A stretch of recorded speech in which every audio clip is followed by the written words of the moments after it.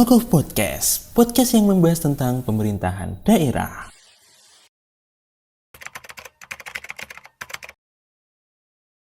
Halo teman-teman, selamat datang di Logo Podcast. Nah, pada pertemuan kali ini kita akan membahas tentang bentuk dan tipe pemerintahan daerah. Masih bersama saya, Herdian, dosen di UNY. Oke, mungkin teman-teman bertanya-tanya sih, ngapain sih mas kita itu harus memahami bentuk dan tipe-tipe pemerintah daerah kayak gitu. Oke, itu mungkin sebuah pertanyaan yang sederhana ya kayak gitu. Tapi kenapa kok kita itu harus mengetahui bentuk dan tipe pemerintahnya? Itu bisa kembali lagi kita tanya sama teman-teman. Teman-teman itu tahu nggak apa bedanya badan sama dinas? Oke, ada yang tahu jawabannya ya? Kalau nggak bisa langsung komen di bawah. Tapi sebagian besar masyarakat umum itu mereka masih bingung. Sebenarnya apa sih beda badan? Apa sih dinas? Terus apa sih gunanya gubernur, Pemprov itu? Apa gunanya bupati? Apa sih namanya sekretariat daerah? Apa tuh namanya inspektorat dan lain sebagainya kayak gitu. Nah, itu masih menjadi sebuah persoalan yang mendasar untuk masyarakat. Mereka semua masih belum tahu. Nah, tentunya bagi kita seorang akademisi administrasi publik tentu juga harus memahami ini. Karena mau nggak mau kita itu yang menjadi garda terdepan dalam menjelaskan ini ke masyarakat kayak gitu. Oke, nggak usah lama-lama, kita langsung mulai ya. Saya mulai dari baganya dulu aja.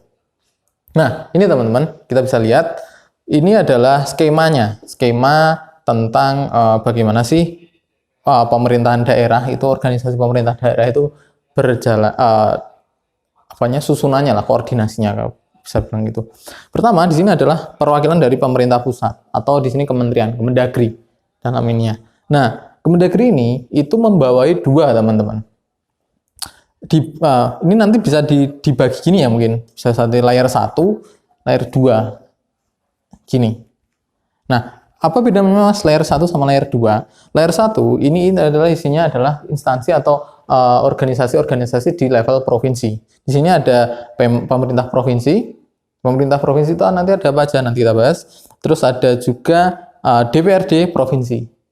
Jadi ada dua ini yang komponen vitalnya dalam pemerintah daerah di level provinsi. Nah, selain dua ini, sebenarnya pemerintah itu masih punya semacam instansi atau kantor yang dia itu sampai di level daerah, di level kabupaten iya, provinsi pasti, tapi kabupaten mungkin ada beberapa yang enggak. Nah, itu ada kantornya sampai di level sana, tapi dia tidak terlalu memiliki hubungan dengan pemerintah daerah. Karena dia langsung nanti, ini nanti bisa langsung ke instansi yang bersangkutan. Gimana sih mas maksudnya instansi yang bersangkutan? Nah, instansi vertikal ini maksudnya adalah turunan dari beberapa bidang-bidang yang dia memberikan pelayanan masyarakat dari pusat langsung ke masyarakatnya. Urusan pemerintah pusat kayak gitu. Kok bingung ya mas? Nah, aku langsung kasih contohnya aja deh ya. Untuk di level ini, instansi vertikal, itu misalnya kalau kita bayar pajak. Nah, pajak kan sebenarnya urusan pemerintah daerah ya, pajak pendapatan kita. Nah, itu kantor pemerintah pusat itu tidak bisa langsung misalnya dari Jakarta untuk menarik uang kita itu kesusahan. Makanya dia memiliki perwakilan di level provinsi. Nanti teman-teman bisa lihat di kantor Pratama Pajak di Jogja ada DJP di pajak di Jogja, di Surabaya mungkin juga ada kayak gitu. Jadi levelnya provinsi ada. Nah, setelah provinsi dia nanti juga punya di level kabupaten, tapi nggak semuanya punya, tapi beberapa ada. Contoh nanti bisa ada 2 kabupaten jadi 1. Contoh yang paling itu di daerah Jawa Timur, di daerah perbatasan dengan Jawa Tengah, di daerah Mataraman itu ada Kabupaten Ngawi, Madiun, Magetan itu memiliki satu kantor pajak saja. Dia terletak di Ngawi. Jadi untuk orang Magetan itu harus ke Ngawi dan sekitarnya juga harus ke Ngawi, seperti itu. Nah, ini terpisah dari yang nanti kita bicarakan di sini di pemerintah daerah. Kenapa dia terpisah? Karena dia hubungannya langsung ke pemerintah pusat. Jadi nggak harus melewati gubernur dan yang lainnya atau bupati. Mereka hanya punya bukan tugas sih, tapi cuma untuk kewenangan untuk koordinasi aja. Jadi nggak harus patuh dengan nggak harus di bawah komando pemerintah provinsi dan pemerintah kabupaten. Oke, itu namanya instansi vertikal, teman-teman ya.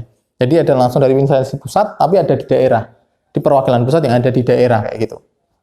Oke, nah kita langsung masuk di pemerintah daerahnya. Nah ini yang bagian pemerintah daerah. Ini yang nanti membedakan dengan beberapa instansi yang tadi, kayak yang ada di perwakilan pemerintah tadi. Nah di sini kita mulai dari Pemprov, pemerintah provinsi. Pemprov ini teman-teman terdiri dari beberapa bagian. Satu, di sini adalah inspektorat. Dua, sekretariat. Tiga, sekretariat DPRD-nya. Terus ada Pemda dan Pemkot, ini di bawahnya Pemprov. Terus ada DPRD dan kabupaten kota, ini ada di bawahnya Pemprov lagi. Nah, sebagai fungsi check and balancing si pemerintah provinsi, nanti ada namanya DPRD provinsi, kayak gitu. Nah, setelah itu, di bawah Pemprov, ini bagaimana sih Mas? Pemprov kan nggak berjalan sendiri ya teman-teman. Pemprov itu ada banyak dinasnya. Gubernur itu ada dinas PU, dinas kesehatan, dinas pendidikan, dan lain sebagainya. Nah itu apakah dia langsung berkoordinasi di bawah gubernur? Sebenarnya enggak. Dia ada di bawah koordinatornya. Sebenarnya langsung itu ada di sekretariat provinsi namanya. Nah ini tuh ada di sini. Ada badan dan dinas kayak gitu. Jadi dinas-dinas yang ada di provinsi levelnya, dinas penanaman modal, dinas tadi kesehatan, dinas pekerjaan umum itu ada di bawahnya sekretariat provinsi, baru nanti di Pemprov. Atau orang-orang sering menyebutnya sebagai sekda. Kepalanya, sekretariat daerah kayak gitu. Tapi kalau levelnya provinsi maka sekprov kayak gitu. Itu. Oke, terus selanjutnya provinsi ini, nah di mana hubungan antara provinsi sama Pemda Mas? Nah dia langsung nanti ada di bawah gubernur kayak gini. Dia menjadi koordinasi. Sama dengan Pemprov tadi, dia punya inspektorat juga, punya sekretariat juga, sekretariat kabupaten, sekda tadi, tapi di levelnya kabupaten dan kota. Ada juga sekretariat DPRD, dan juga, nah ini nanti ada kecamatan. Di bawah kecamatan, nanti ada pemerintah desa. Nah, mungkin ada satu lagi badan yang paling kecil levelnya, namanya BPD. Mungkin nggak semua teman-teman tahu apa itu BPD. BPD itu Badan Permusyawaratan Desa kalau nggak salah. Nah, itu yang sebenarnya kita bisa anggap hampir seperti DPRD-nya di tingkat kabupaten dan kota ya. Tapi ini di levelnya desa kayak gitu. Oke, ini sebagian sekilasnya. Jadi urutannya kayak gini, hierarkinya ya, mengalir kayak gini. Nah, mungkin kita langsung bahas satu persatu kali ya, untuk kita mulai soal pemerintah provinsi. Nah, apa sih Mas pemerintah provinsi? Dia ini adalah isinya adalah wilayah kerjanya gubernur, terus wakilnya pemerintah pusat. Nah, ini kata kuncinya yang mungkin teman-teman harus tandai. Dia di sini adalah wakil dari pemerintah pusat. Jadi memang tugasnya adalah mewakili pemerintah pusat karena pemerintah pusat itu nggak bisa langsung intervensi ke daerah, terlalu jauh kayak gitu.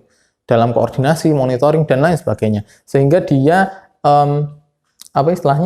membutuhkan perwakilan yang tadi bisa mengkoordinasi kabupaten-kabupaten ini. Makanya inilah dibentuknya pemerintah provinsi kayak gitu. Nah, pemerintah provinsi ini paling sedikit dibentuk oleh 5 kabupaten sama kota. 5 kabupaten atau kota maksudku. Contoh yang paling representatif ini DIY ya. DIY ini ada Sleman, Gunung Kidul, Kulon Progo, Bantul, sama kota Yogyakarta. 5 kabupaten dan kota pas. Ini jadi sebuah provinsi yang minimalis kayak gitu. Kewenangannya apa provinsi ini Mas? Kewenangannya itu adalah dia mengurusi urusan lokasi, penggunaan, manfaat, dan dampaknya yang itu lintas daerah. Contohnya gimana? Misalkan kayak peraturan daerah provinsi tentang penanaman modal. Nah, penanaman modal ini memang ada yang di level kabupaten. Misalkan kayak menanam pabrik di kabupaten, kalau di sini Jawa Barat tadi misalkan di Garut, Kabupaten Garut aja kayak gitu. Tapi kalau ada misalkan kawasan pabrik yang itu luasannya itu melewati 2 kabupaten atau kawasan penambangan, misalkan Bandung sama mana gitu sebelahnya kayak gitu. Nah, itu kan berarti harus melewati 2 pemerintah daerah kayaknya. Nah, disinilah baru peran pemerintah provinsi ini ada. Dia menjadi koordinator yang nanti mengkoordinasi ini tadi. Bagaimana penerapan ini tadi berjalan kayak gitu. Oke, terus selanjutnya kewenangan lain, dia adalah untuk urusan penggunaan sumber daya yang lebih efisien oleh Pemprov. Jadi maksudnya ketika sumber daya alam itu dikelola oleh kabupaten dan kota itu kurang maksimal, tapi kalau dikelola Pemprov itu lebih efisien, maka ya udah itu diserahkan ke Pemprov. Kenapa kok bisa lebih efisien? Karena tadi beberapa kondisi, misalkan sumber daya itu letaknya itu melewati banyak kabupaten kota. Misalkan pengelolaan sumber daya air Bengawan Solo. Bengawan Solo ini kan memanjang dari Wonogiri, ya kali ya, Wonogiri sampai ke bisa sampai Jawa Timur bahkan ini. Nah, oleh karena itu kan ada beberapa kabupaten yang ada Solo, Surakarta, Sukoharjo, Karanganyar, Sragen dan lain sebagainya, itu mereka dilewati Bengawan Solo ini. Nah, kalau mereka semua itu mengelolanya secara bersamaan, itu kan membutuhkan sumber daya yang cukup banyak sehingga nggak efisien pengelolaannya. Akhirnya ya udah ini diserahkan ke pemerintah provinsi gitu. Oke, terus yang selanjutnya ada urusan kehutanan, kelautan dan sumber daya mineral. Nah, ini beberapa hal yang memang ada di bawah pemerintah provinsi. Kalau di Jogja itu ada salah satu hutan itu kan biasanya kayak gini teman-teman. Konteks letak hutan geografis itu nggak bisa hanya satu kabupaten kayak gitu. Biasanya dia itu akan di beberapa tempat umumnya malah ya itu terbagi menjadi dua kabupaten gitu. Satu hutan apa, tapi ada dua di situ ada dua kabupaten. Misalkan Ngawi sama Blora. Terus mana lagi ya? Gunung Kidul ini mungkin ada daerah Bantul sama Gunung Kidul kayak gitu. Nah itu ada hutannya. Nah lagi-lagi kayak itu karena dia ada terletak di antara perbatasan tadi, ini dia perlu dikelola oleh pemerintah provinsi kayak gitu. Ini contohnya ada di Taman Tahura ya, kalau teman-teman dari Jogja yang tahu, Taman Hutan Rakyat ada di Gunung Kidul. Terus ada lagi ini penangkapan ikan di wilayah laut sampai dengan 12 mil. Ini jadi kayak misalkan Laut Jogja itu kan membentang dari Gunung Kidul sampai ke Kulon Progo. Nah, supaya tidak terjadi perselisihan dalam pengelolaan itu, maka lagi-lagi pemerintah provinsi harus turun tangan kayak gitu. Oke, ini terus selanjutnya untuk urusan konkuren ya, itu sendiri oleh daerah provinsi. Contoh, dia kegiatan urusan-urusan ini diselenggarakan sendiri oleh pemerintah provinsi. Jadi provinsi nggak perlu menunjuk perwakilan atau penugasan ke daerah di bawahnya kayak gitu. Contohnya ada penyelenggaraan pendidikan sekolah menengah atas. Ini sekarang kalau SMA teman-teman, urusan SMA itu sekarang ada di bawah pemerintah provinsi, sehingga guru-guru sekolah menengah atas itu dia ada di dalam kewenangan dinas pendidikan pemerintah provinsi, bukan lagi di dinas pendidikan di level kabupaten atau kota kayak gitu. Terus yang kedua ada tugas untuk urusan konkuren yang dia itu bisa menugasi daerah kabupaten berdasarkan tugas pembantuan. Contohnya kayak program penyelenggaraan jalan nasional. Nah, ini memang wilayahnya pemerintah provinsi ya.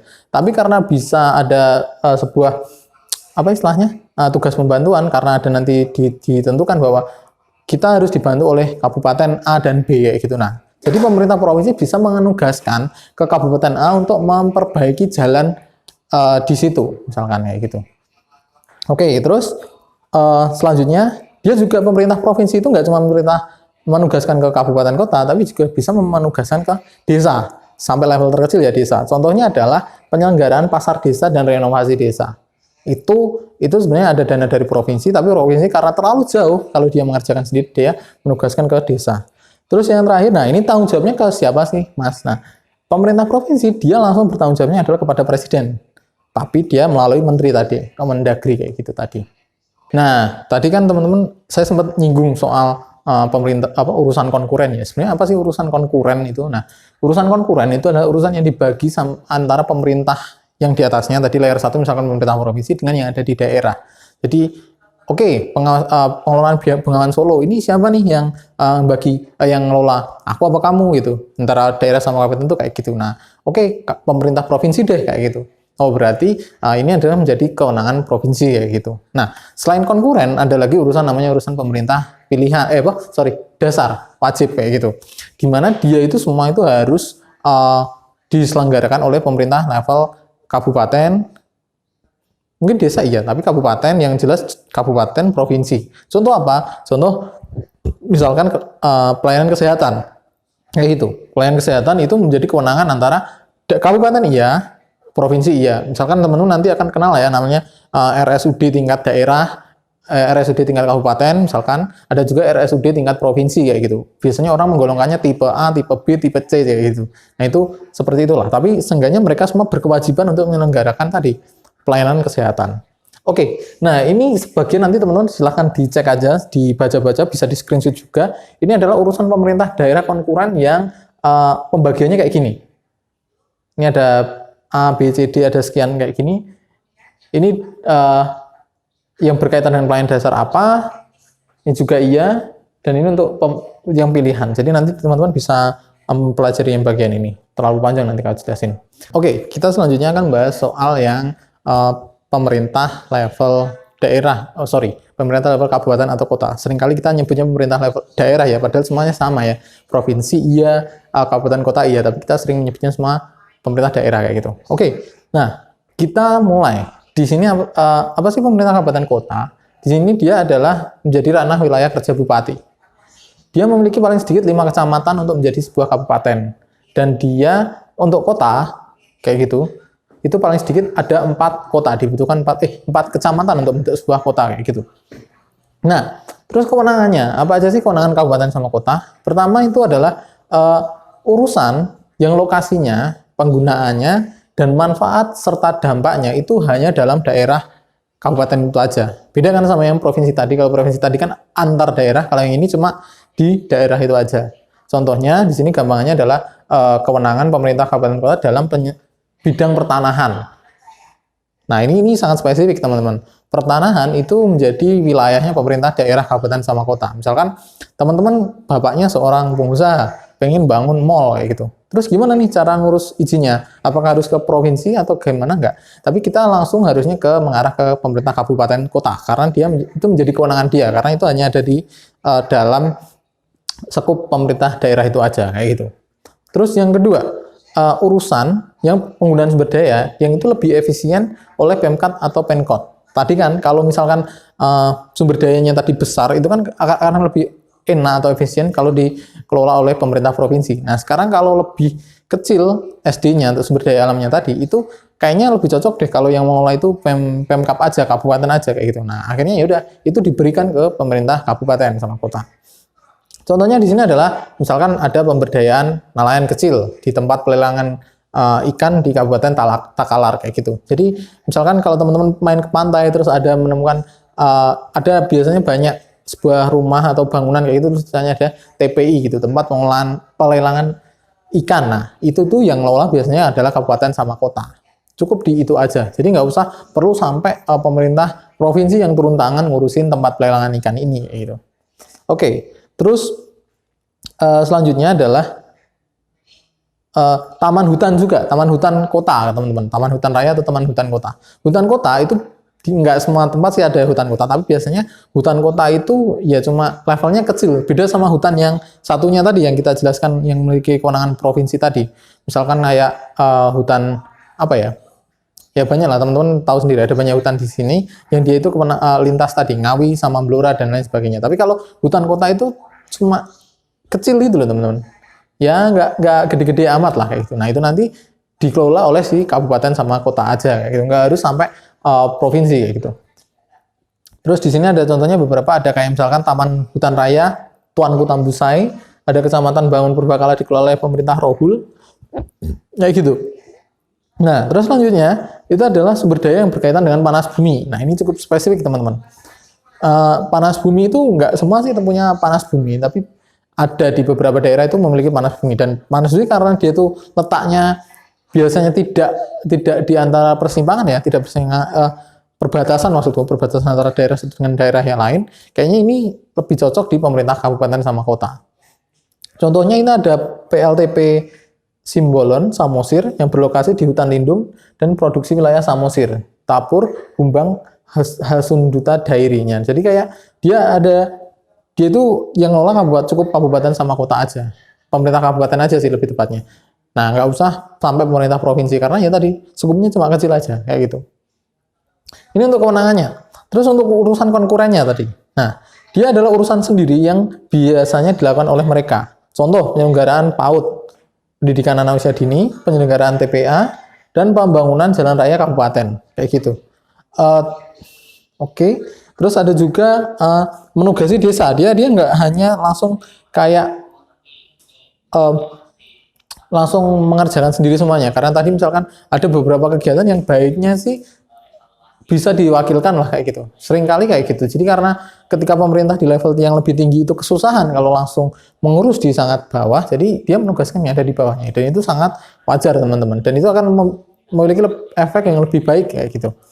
Nah, di sini adalah contohnya adalah menugasi desa itu kegiatan posyandu dan PKK. Ini sebenarnya kegiatan levelnya milik pemerintah kabupaten.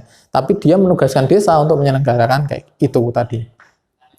Terus kalau ini gimana pemerintah kabupaten kota ini tanggung jawabnya ke siapa? Dia tanggung jawabnya itu kepada menteri, tapi dia lewat gubernur. Nah ini kenapa kok gubernur menjadi wakil pemerintah pusat tadi di sini? Karena dia menjadi penanggung jawab dari berbagai macam kegiatan yang dilakukan oleh kabupaten dan kota ini di Indonesia kayak gitu. Jadi kalau langsung ke menteri nanti akan menjadi agak kurang efisien ya, akan lebih terlalu banyak masalah, terlalu banyak problema dan lain sebagainya. Maka dikecilkan dulu di level daerah, baru nanti dilanjutkan ke level pusat kayak gitu. Oke. Nah, terus kita selanjutnya bahas soal instansi vertikal. Nah, instansi vertikal sebenarnya tadi di awal saya sudah nyinggung sedikit-sedikit. Nah, tapi ini biar lebih eksplisit aja. Dia instansi vertikal ini melaksanakan tugasnya adalah melaksanakan urusan pemerintah absolut. Dia yang dari pemerintah pusat tadi yang aku bilang tadi. Jadi ya udah dia urusan-urusan yang kan ada kan pembagian daerah dan pembagian kewenangan daerah dan kewenangan pusat, teman-teman tentunya udah tahu kan. Nah, ini adalah instansi yang sebenarnya dia ada di level daerah, tapi dia tugasnya menyelenggarakan urusan-urusan pemerintah pusat tadi, yang pembagiannya tadi. Contoh ada beberapa di sini. Urusan agama, ada namanya kantor wilayah Kementerian Agama. Jadi kantor wilayah Kementerian Agama ini biasanya ada di level kabupaten kayak gitu. Nah dia itu sebenarnya langsung di bawah kontrolnya ini pemerintah pusat kayak gitu. Dia mungkin memang berkaitan dengan pemerintah kabupaten, tapi cuma sebatas koordinasi aja. Tapi pertanggungjawaban dan berbagai macam pelaksanaan kegiatannya dia langsung ke pemerintah pusat kayak gitu. Terus yang selanjutnya ada urusan pertahanan. Nah ini ada Kementerian Pertahanan. Di bawah Kementerian Pertahanan ini, kalau kita telusuri lagi di bawah-bawahnya, itu ada di daerah, ada teman-teman mungkin tahu ada Polres, Polda, terus ada Kodim, dan lain sebagainya. Nah, itu adalah perwakilan dari Kementerian Pertahanan yang ada di level daerah tadi. Misalkan Polda itu ngurusin untuk daerah provinsi, terus ada Polres yang dia untuk ngurusi wilayah, sebatas wilayah ini kabupaten, terus ada juga Polsek, polisi sektor yang dia itu ngurusin di wilayah kecamatan aja. Nah, tapi mereka semua lagi-lagi tadi, dia bertanggung jawabnya sama Kementerian Pertahanan. Dia hanya berkoordinasi dengan pemerintah daerah kayak gitu. Jadi ini beberapa hal di sini, dia ini tidak langsung bersinggungan dengan pemerintah daerah. Itu tidak langsung bertanggung jawab terhadap pemerintah daerah. Kebijakan dan programnya itu tidak langsung ke sana, tapi langsung ke pemerintah pusat seperti itu. Nah, oke. Mungkin kita langsung bahas yang selanjutnya.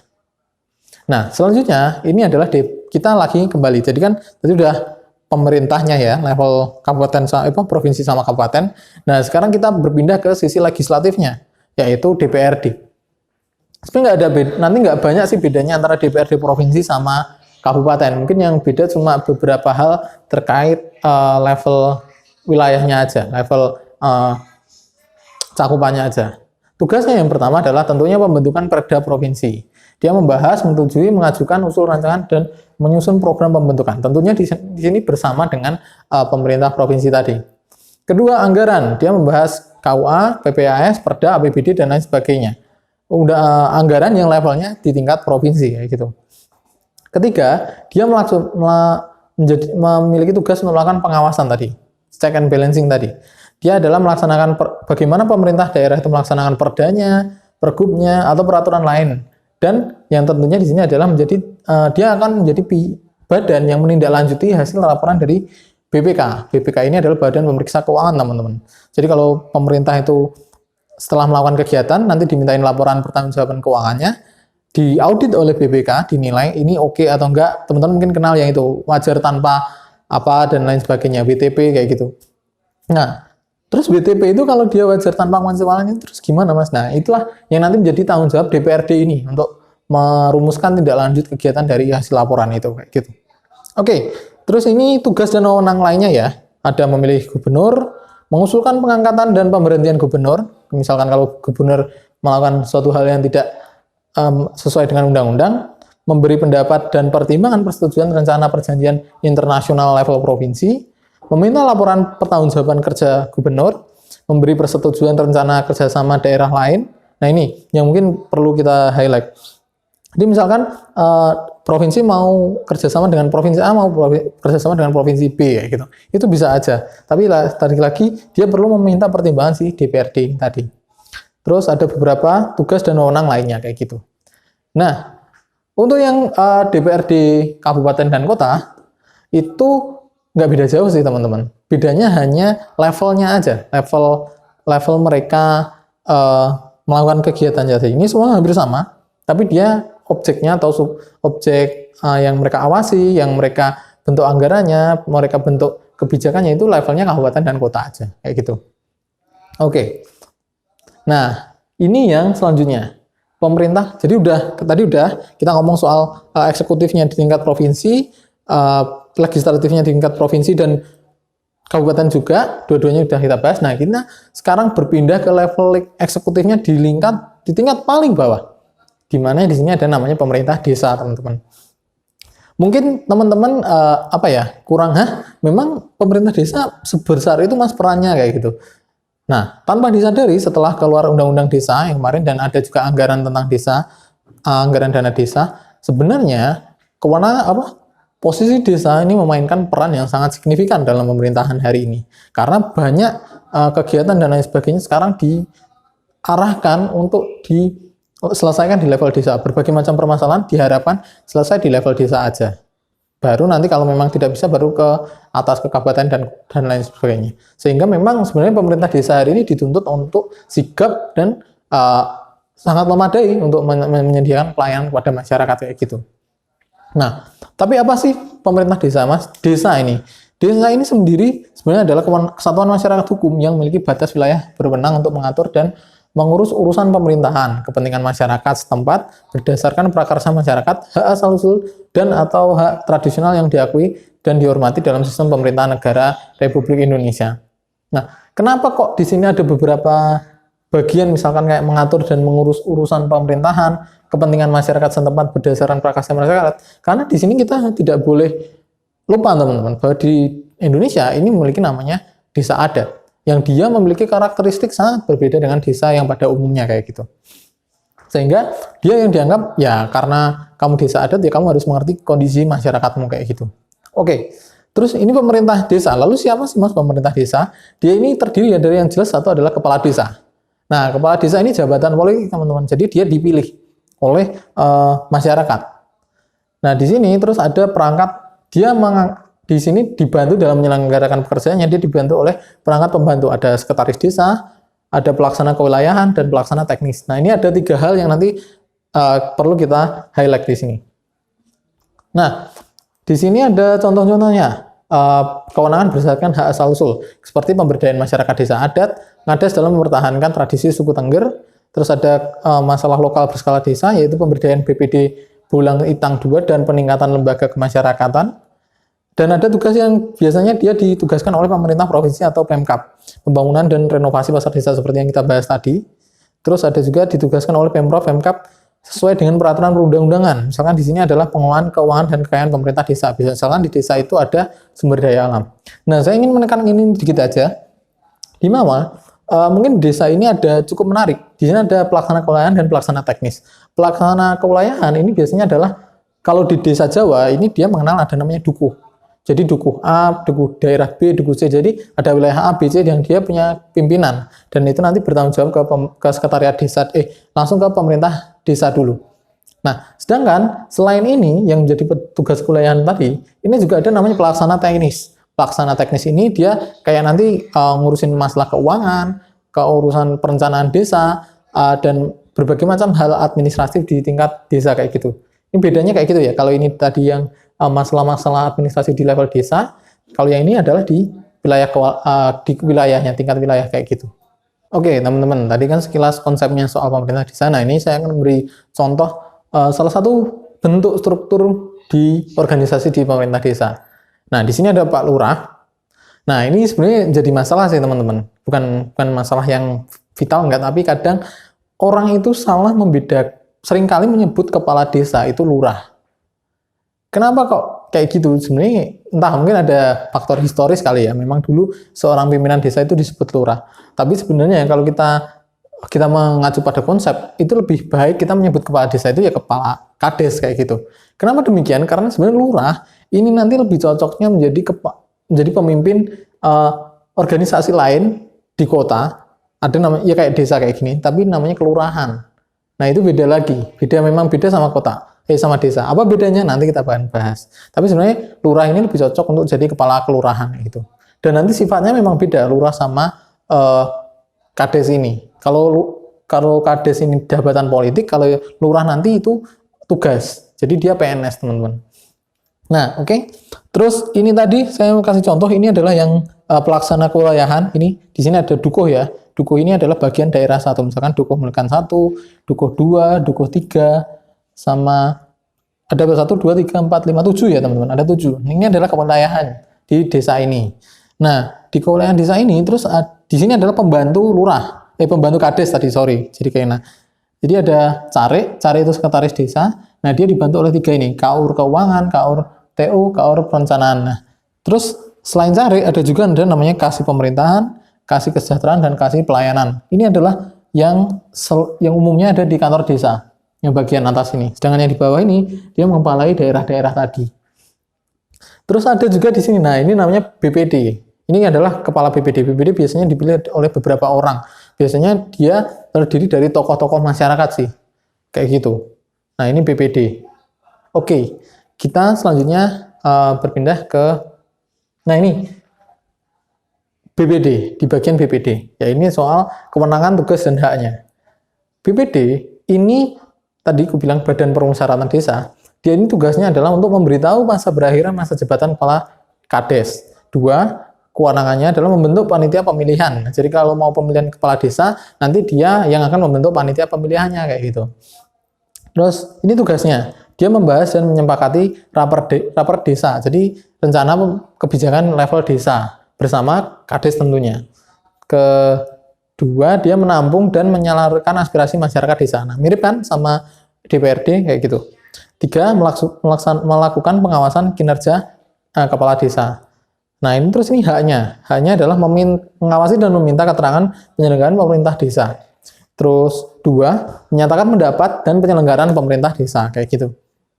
3, penyelenggaraan dan pemerintah desa, pembangunan desa, pembinaan pemasaran dan pemberdayaan masyarakat desa. Jadi dia juga memiliki hak untuk menyelenggarakan pemerintahan desa juga. Jadi memainkan peran di situ.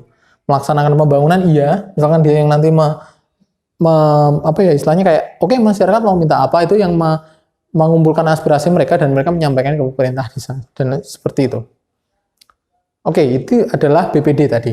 Nah, sekarang kita udah bahas beberapa level ini ya, pemerintahan tadi. Ada pemerintah di level provinsi, terus ada kabupaten, polanya sama, ada pemerintah yang dikepalai oleh kepala daerah, terus ada di bawahnya nanti ada, terus ada pengawasannya nanti ada DPRD, kayak gitu. Nah, sekarang kita memasuki ke badan-badan atau dinas-dinas atau instansi-instansi yang dia ada di bawah eksekutif ini di level setiap daerah. Di provinsi sama kabupaten kota hampir sama, polanya hampir sama. Bedanya mungkin di daerah tertentu ada dinas A, tapi di daerah yang lain nggak ada dinas A. Loh, kenapa kayak gitu, Mas? Sangat mungkin. Misalkan daerah yang nggak memiliki wilayah kelautan, nggak mungkin kan punya dinas kelautan. Nah, kayak gitu. Nah, pertama apa aja sih, Mas, instansi daerah yang pasti ada? Yang jelas tadi sekretaris daerah. Dia tugasnya membantu kepala daerah, baik itu gubernur atau bupati, menyusun kebijakan dan mengkoordinasi secara administratif pelaksanaan tugas perangkat daerah serta pelayanan administrasi. Jadi dia yang nanti membawahi dinas-dinas tadi, teman-teman.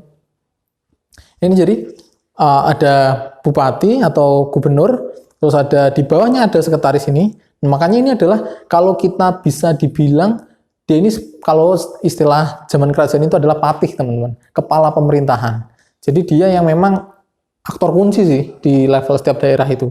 Dia kayak ya di bawah, memang di bawah bupati atau gubernur, tapi dia memiliki kewenangan yang sangat powerful kayak gitu. Makanya mungkin banyak orang yang dulu bercita-cita jadi sekretaris daerah kayak gitu. Oke, terus selanjutnya ada sekretaris DPRD. Nah, di sini adalah ya tadi jadi tempatnya DPRD sih di sini. Dia menyelenggarakan administrasi kesekretariatan, administrasi keuangan, mendukung pelaksanaan tugas dan fungsi DPRD dan menyediakan dan mengkoordinasi tenaga ahli. Jadi tempatnya DPRD kayak gitu teman-teman. Terus yang ketiga, nah ini mungkin ini nggak banyak orang tahu, tapi sebenarnya ada dan ini kita harus tahu. Namanya adalah inspektorat. Inspektoratnya apa toh? Dia itu tugasnya adalah membantu kepala daerah membina dan mengawasi pelaksanaan urusan pemerintahan yang menjadi kewenangan daerah dan tugas pembantuan oleh perangkat daerah. Jadi dia itu nanti tugasnya adalah membina para dinas-dinas tadi dan mengawasi kinerja mereka. Jadi laporan-laporan itu yang mengawasi, mengaudit itu pelaksanaannya ya teman-teman, itu adalah inspektorat. Kalau untuk keuangannya tadi bukan dia, tapi kalau untuk laporan dan lain sebagainya, evaluasinya dia menyelenggarakan adalah dia kayak gitu. Oke, terus selanjutnya ini bagannya salah satu misalkan ini adalah ini contoh badan pola koordinasi pemerintah Kota Yogyakarta teman-teman. Misalkan di sini ada wali kota tadi ya. Oh ya, ada juga namanya wali kota atau gubernur itu pasti punya wakil ya. Nah, jadi di sini levelnya.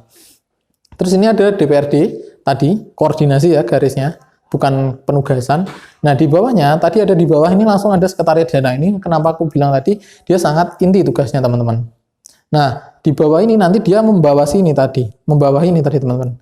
Ada 3 kalau di sini dibaginya. Ada bagian asisten pemerintah daerah kesejahteraan rakyat, perekonomian dan pembangunan, dan ada administrasi umum. Nah, di sini nanti ada bagian lagi dinas-dinasnya dibagi. Ini sangat sangat fleksibel sesuai dengan daerah masing-masing. Jadi nggak selalu 3 kayak gini. Tapi yang jelas posisi yang paling tetap itu adalah kayak gini. Wali kota, sekretaris daerah, nah terus di bawahnya. Terus di sampingnya ada inspektorat tadi. Nah, inspektorat tadi yang tadi bertugas mengaudit seluruh ini tadi teman-teman. Seluruh ini kecuali ini ya. Instansi vertikal ini nggak masuk. Kalian lihat ini tadi, instansi vertikal itu dia hanya punya garis koordinasi dengan setiap bagian tugas tadi. Misalkan di asisten pemerintah dan kesejahteraan rakyat, di sini ada beberapa dinasnya ya. Ada dinas sosial, ada dinas kesehatan, terus ada badannya, ada Badan Kesatuan Bangsa, ada rumah sakit daerah kayak gitu teman-teman. Nah terus ini daerah, kalau yang pembangunan ini ada dinas pertanian, perdagangan, dan lain sebagainya. Oke. Nah, sekarang kita berpindah ke bagian perangkat daerah, kabupaten, dan kota tadi. Yang selanjutnya, tadi kan yang inti, ada inspektorat, ada sekretariat, dan sekretaris DPRD. Nah, terus sekarang ada yang biasanya ada beraneka ragam bentuknya. Ada dinas. Dinas ini tadi, dia dibentuk untuk melaksanakan urusan pemerintahan. Jadi, dia tugasnya adalah untuk melaksanakan tugas-tugas pemerintahan. Nah ini biasanya dibagi menjadi berbagai macam sektor ya teman-teman. Ada sektor kesehatan, perekonomian, dan lain sebagainya. Nah dinas-dinas ini biasanya terbagi teman-teman. Ada tipe A, B, C. Pembagiannya ini berdasarkan tadi penentuan beban, jumlah penduduk, luas wilayah, besaran urusannya, kemampuan keuangan, kemampuan proyeksi penyerapan tenaga kerja, dan pemanfaatan lahan. Atas dasar ini, akhirnya dia dibagi tadi menjadi 3 tipe. Ada dinas A yang memadai urusan besar, B memadai urusan sedang, C memadai urusan kecil. A contohnya adalah dinas pendidikan. Tentunya ini sangat besar ya kewenangannya. Terus ada B, ini yang agak kecil ini adalah dinas tanah tata ruang. Sedang, ini sedang, tapi juga tidak bisa dianggap kecil kayak gitu. Terus yang ketiga adalah yang cukup ini istilahnya kurang urgent kayak gitu, tapi memang tetap harus ada. Di sini ada contohnya dinas komunikasi kayak gitu. Akhirnya kayak ginilah pembagian dinas-dinasnya kayak gitu tadi. Setiap dinas tadi dia bertanggung jawab pada tadi sekretariat daerah kayak gitu. Nah selanjutnya ini adalah Selain dinas, tentu teman-teman sering menemukan badan. Nah, ini apa sih bedanya tadi? Nah, tadi kalau dinas tadi adalah melaksanakan tugas pemerintah daerah. Nah, di sini adalah dia tugasnya adalah melaksanakan fungsi penunjang. Nah, fungsi penunjang ini sebenarnya adalah beberapa urusan inti yang dia itu harus ada di pemerintahan. Di setiap level pemerintahan itu sebenarnya harus ada. Jadi kalau daerah tadi bisa nggak ada, tapi kalau ini harus ada. Ini yang membedakan badan sama ini. Karena dia menjadi yang lebih inti gitu teman-teman. Kalau yang ini tadi kan dinas kan lebih sektoral, berbagai macam bidang. Kalau ini adalah kayak inti kerjanya gitu loh. Kalau mungkin teman-teman di organisasi mungkin punya sekretaris atau mungkin punya bendahara, kayak gitu-gitu. Yang dia atau bagian penelitian yang dia itu sebenarnya tugasnya inti. Beda kan dengan yang dia tugasnya mengelola tentang keolahragaan dan lain sebagainya yang kurang terlalu inti dan bisa ada dan bisa tidak. Tapi kalau ini harus ada dan tidak. Nah, beberapa contohnya ini ada beberapa yang ada itu ada perencanaan. Badan perencanaan teman-teman tentu tahu tentang namanya Bapeda, Badan Perencanaan Daerah. Terus ada keuangan, ada namanya BKAD, Badan Keuangan Daerah. Terus ada kepegawaian, kalau di sini namanya teman-teman tentu pasti tahu ada Badan Kepegawaian Daerah BKAD. Terus ada penelitian dan pengembangan, ini ada lain lah sih, ada Badan Penelitian dan Pengembangan lain sesuai fungsi UU, kayak gitu. Contohnya ada BPS teman-teman, Badan Pusat Statistik dan lain sebagainya kayak gitu. Nah, badan sama seperti dinas tadi, badan ini juga dibagi menjadi 3 berdasarkan tadi konsep yang sama. Tipe A, dia memadai urusan beban kerja. Di sini contohnya adalah Badan Pendapatan Daerah. Ini sangat vital ya di sebuah daerah. Terus yang contoh B, selanjutnya tipe B, itu adalah Badan Penanggulangan Bencana Daerah Kota Yogyakarta. Memang ini bukan urusan yang besar, tapi ketika terjadi bencana, ini kan sangat vital kan posisinya. Contoh kayak di era COVID hari ini. Terus yang tipe C, dia adalah badan yang urusannya kecil tadi. Di sini ada Kesatuan Bangsa. Mungkin teman-teman bertanya-tanya, apa sih Badan Kesatuan Bangsa dan Politik kayak gini? Misalkan teman-teman nanti mau riset, selalu biasanya dihubungkan dengan mereka. Jadi mereka yang memberikan izin riset, minta persetujuan itu dari mereka biasanya. Dia tugasnya ya tadi untuk membina Kesatuan Bangsa dan Politik kita lah, istilahnya kayak gitu. Terus dia bertanggung jawabnya lagi-lagi ya ke pemerintah daerah, sekretariat daerah tetepan gitu. Oke, nah teman-teman ini selanjutnya kita selain tadi dinas, badan, nah kita akan membahas lagi instansi lain yang ada di bawah pemerintah kabupaten kota. Di sini ada namanya kecamatan. Nah ini sebenarnya posisinya cukup unik ya teman-teman. Mungkin teman-teman akan kadang jarang menyadari ya kecamatan itu. Sebenarnya dia posisinya kalau di level lebih besar itu kayak provinsi ya, dia sebenarnya ada tapi kadang kurang terasa ya kalau dibandingkan dengan pemerintah desa atau pemerintah kabupaten. Nah, tapi dia memang ada dan tugasnya tadi di sini adalah dia untuk meningkatkan koordinasi penyelenggaraan pemerintahan, pelayanan publik dan pemberdayaan masyarakat desa kelurahan. Jadi dia ya tadi karena mungkin bupati itu kesusahan kalau mengkoordinasi sebanyak itu desa, makanya direduksi lagi-lagi ke level kecamatan dulu. Baru nanti diselesaikan di level provinsi. Kecamatan sendiri juga dibagi menjadi 2 tipe teman-teman. Tipe besar, tipe A dengan beban kerja besar, dan tipe B yang bebannya kecil, nggak ada yang sedang di sini. Penentuannya berdasarkan jumlah penduduk, luas wilayah, dan jumlah desa dan kelurahan. Nah ini contohnya adalah di sini ada Kecamatan Godean. Di sini tentu kecamatan yang besar, penduduknya padat, terus banyak bangunan dan cukup istilahnya padat lah kayak gitu. Ada Tegalsari, ada Kecamatan Mijen, ada Kecamatan Jetis. Terus untuk yang bebannya kecil, contoh untuk ada Kecamatan Baras, Kecamatan Pringsewu. Di sini kayak daerah-daerah yang cukup ya istilahnya inilah sepi lah, kurang terlalu padat kayak gitu, sehingga ya atau wilayahnya kecil atau kurang padat kayak gitu, sehingga ya tidak terlalu besar bebannya kayak gitu. Nah, pelimpahan sebagai wewenang, dia tugasnya adalah pelimpahan sebagai wewenang bupati atau wali kota untuk urusan pemerintahan. Ya tadi, dia mengkoordinasikan ini tadi. Jadi diwenangi oleh bupati atau wali kota tadi. Oke itu. Nah, ini lagi. Nah, ini yang tadi saya janjikan. Selain desa, kita tentu ada namanya kelurahan. Teman-teman mungkin tahu kayak gitu. Terutama yang tinggal di kelurahan. Kenapa kelurahan memilih saya masukkan ke perangkat daerah di sini? Karena lagi-lagi dia meskipun memang membawahi wilayah sebuah wilayah, tapi dia sifatnya kadang cenderung tendensinya itu administratif, sehingga dia tidak terlalu banyak memiliki otonomi teman-teman kalau dibandingkan dengan pemerintah desa ya. Saya kasih contoh tadi. Nah, oleh karena itu tadi aku bilang, bedanya apa lurah dengan kepala desa? Lurah itu ditunjuk oleh sekda tadi.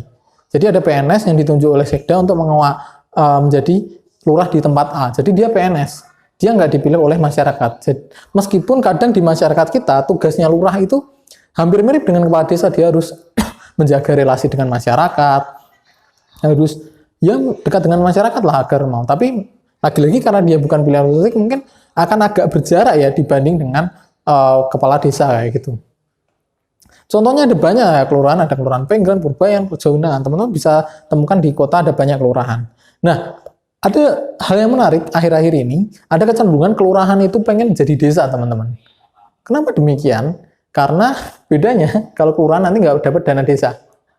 Jadi dana desa itu di satu sisi ya juga menimbulkan banyak kecemburuan, teman-teman. Oke, tugasnya adalah dia untuk membantu camat melaksanakan kegiatan pemerintahan level kelurahan, melaksanakan pemberdayaan masyarakat, melaksanakan pelayanan masyarakat, dan lain sebagainya. Ada di sini semua. Kayak gitu. Oke? Nah, ini perbedaannya lebih detail soal desa dan kelurahan. Pemimpinnya tadi beda. Statusnya adalah, kalau di sini ada pemimpin daerah, sedangkan di sini adalah perangkat daerah tadi, status si pemimpin tadi. Terus kewenangannya adalah, di sini mengatur dan mengurus, sedangkan di sini mengurus saja kewenangan si pemimpin daerah ini.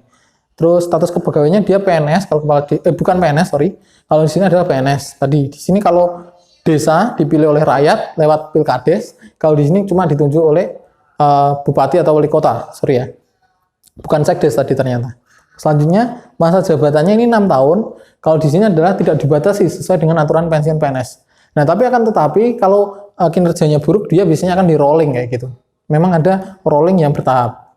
Tapi mungkin teman-teman ada pada suatu kondisi ketika pilihan kades ini itu apa istilahnya, ada masa senggang, ada masa misalkan PLT ya, gampangnya pelaksana tanggung jawab kayak gitu. Ketika mau memilih kades yang baru, tapi ternyata kades yang lama misalkan meninggal atau apa, sedangkan ada kekosongan pemimpin, itu biasanya ada lurah yang ditugaskan. Jadi kayak mirip lurah kayak gini. Jadi PNS yang ditugaskan untuk mengatur desa itu.